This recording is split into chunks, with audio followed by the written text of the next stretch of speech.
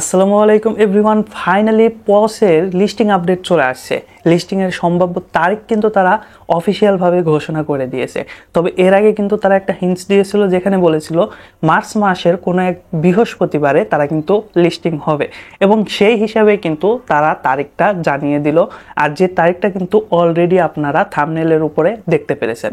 আর আমি তাদের যে অফিসিয়াল টুইটার অ্যাকাউন্টটা রয়েছে সেখানে নিয়ে গিয়েও আমি পুরো বিষয়টা ক্লিয়ার করব। সেই সাথে পসটা কোথায় কোথায় লিস্টিং হতে পারে, মানে কোন কোন এক্সচেঞ্জারে লিস্টিং হতে পারে, সেই বিষয়টাও আজকের ভিডিওতে বলবো। সো মনোযোগ সহকারে সম্পূর্ণ ভিডিওটা দেখেন। আর যত ভালো ভালো এক্সচেঞ্জারে লিস্টিং হবে তত ভালো একটা প্রাইস পাওয়ার কিন্তু সম্ভাবনা থেকেই যায়, কারণ ভালো এক্সচেঞ্জারে লিস্টিং করতে হলে কিন্তু মার্কেট ক্যাপটাও একটু বাড়িয়েই দিতে হয়।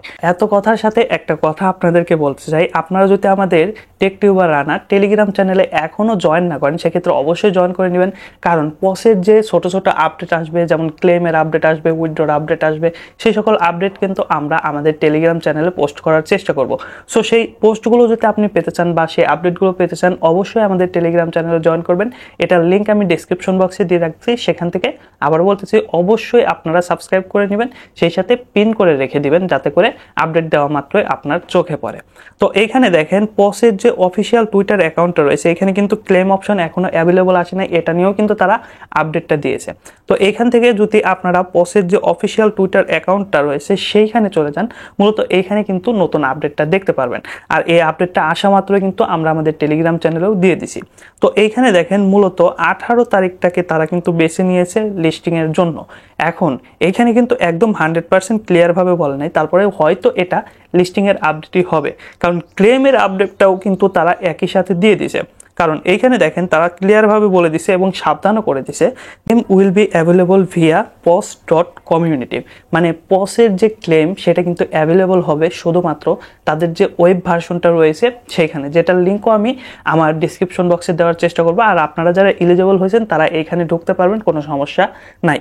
এখন এইটা দেওয়ার কারণ কি? মূলত পস কিন্তু এখন আর টেলিগ্রামে নাই।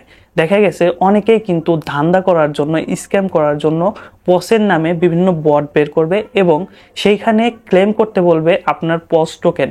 ওইখানে ক্লেম করতে গেলে দেখা গেছে যে টোন ফি চাইবে, মানে ফি হিসেবে কিছু না কিছু চাইবে। তো ফি হিসেবে তারা টোন বা ডলার কেটে নেবে, বাট আপনি কিন্তু টোকেন পাবেন না, কারণ তাদের কাছে তো টোকেন নাই, তারা তো ফেক।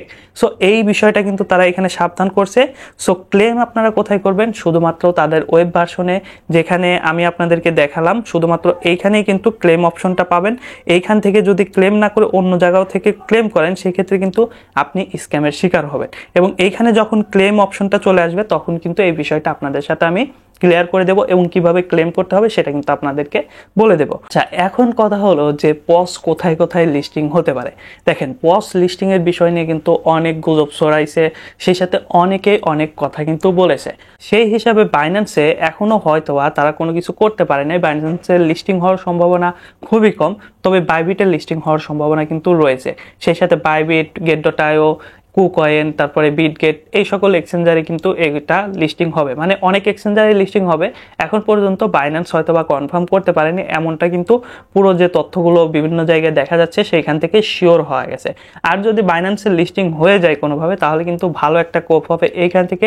পসই কিন্তু সর্বশেষ কোপ দেওয়ার একটা জায়গা। এখন দেখা যাক পস আমাদেরকে হতাশ করে নাকি আমাদেরকে ভালো একটা প্রফিট দিয়ে যায়।